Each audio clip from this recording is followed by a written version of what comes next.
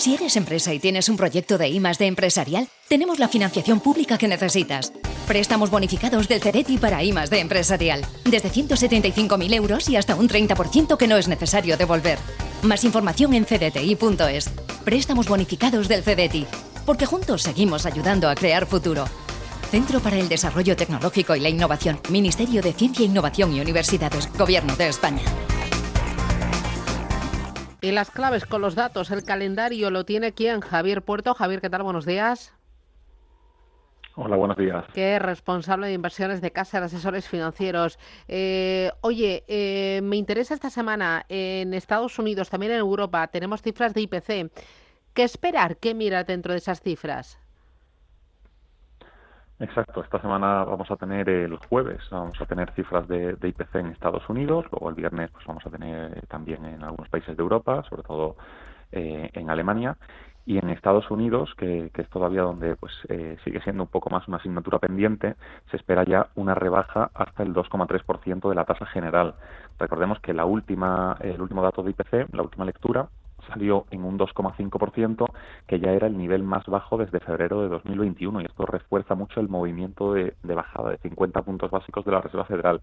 Que sigue un poco más enquistado, pues la inflación subyacente, que todavía sigue en ese nivel por encima del 3%, en torno al 3,2%, que excluye energías y alimentos no elaborados. Entonces toda la caída del petróleo, que también ha ayudado mucho a que el IPC general haya bajado, pues no se ha visto reflejada en esa caída del IPC subyacente. Uh-huh. La inflación puede convertirse en un problema en los próximos meses si el conflicto entre Israel e Irán se recrudece y vemos al petróleo más arriba. Sí, sin duda, porque como comentaba, ¿no? La inflación subyacente todavía no está tan controlada como a la Reserva Federal le gustaría. Sí que lo está la inflación general, y esto ha sido pues gracias a que hemos pasado de ver el petróleo en esa zona de 80-85 dólares el barril, ahora en 75 en el caso del crudo, en 79 aproximadamente el caso del Brent. Si escala la tensión del conflicto, y esto ha hecho que la semana pasada, por ejemplo, pues ya tuviese una subida bastante relevante, de en torno a 5 dólares el barril, pues podría impactar mucho en la inflación general. Y también todo lo que estamos viendo de China es un poco el contrapeso, ¿no? Al final, si no dan tantos estímulos a la economía, si no se produce, si no se consume tanto, pues esto va a impactar negativamente al petróleo, y ya lo estamos viendo con hoy caídas del 2%. Entonces, el petróleo es un factor crucial en determinar las tasas de inflación, y hay factores por la parte de la guerra de Irán que son los que promueven unas subidas del petróleo, pero también la parte de China pues puede hacer un poco el contrapeso de confirmarse que los estímulos no van a ser como anticipábamos. Uh-huh. Los mercados y los bancos centrales muy pendientes de la inflación, de los efectos colaterales del petróleo y de la guerra, pero al tanto también de bancos centrales. Vamos a tener la semana que viene reunión del Banco Central Europeo. ¿Tú hoy esperas cuánto? Bueno, y esperamos que sea en cada reunión que le resta al Banco Central Europeo, que es esta ida de diciembre, una bajada de 25 puntos básicos. Uh-huh. Igual que lo que esperamos para la Reserva Federal, que ver otra bajada de 50 va a ser complicado, y nuestro escenario central es 25 puntos básicos de bajada en cada reunión. Uh-huh. Y mientras tanto, aperitivo con las actas de la Reserva Federal de Estados Unidos, que se publican mañana, ¿verdad?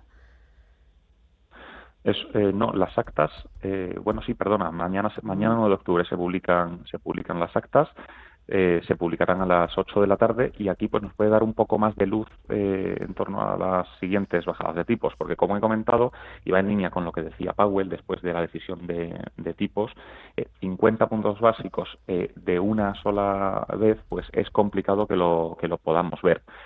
Su escenario base, y sobre todo con la inflación controlada, pero también con la tasa de desempleo más controlada, pues es no tener tanta prisa y no querer acelerar tanto esas bajadas.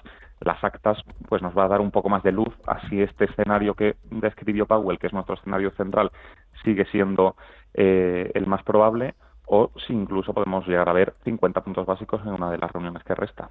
Muy bien. ¿Alguna otra cosita importante que veas en el radar que pueda afectar a los mercados?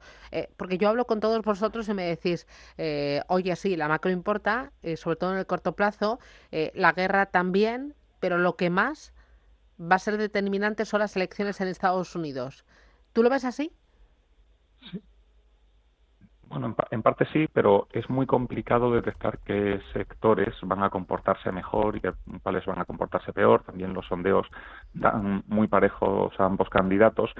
Y también pasaba con Trump cuando salió elegido la primera vez. Pensábamos que iba a ser la hecatombe de las bolsas y luego anunció pues, precisamente también estímulos para la economía, sobre todo en el ámbito de la construcción, y las bolsas se dieron la vuelta y, de hecho, hasta el COVID pues tuvimos una época de estabilidad de mercados con su legislatura. Entonces es muy complicado anticipar qué candidato le va a venir bien o mal a los mercados. En cuanto a otros factores de riesgo, lo estaba comentando al principio, la noticia que ha salido de China, que se han dicho que los estímulos van a ser muy progresivos y además que no van a llegar a lo mejor al punto que el mercado ya estimaba, con esas declaraciones del presidente de la Comisión Nacional de Desarrollo y Reforma.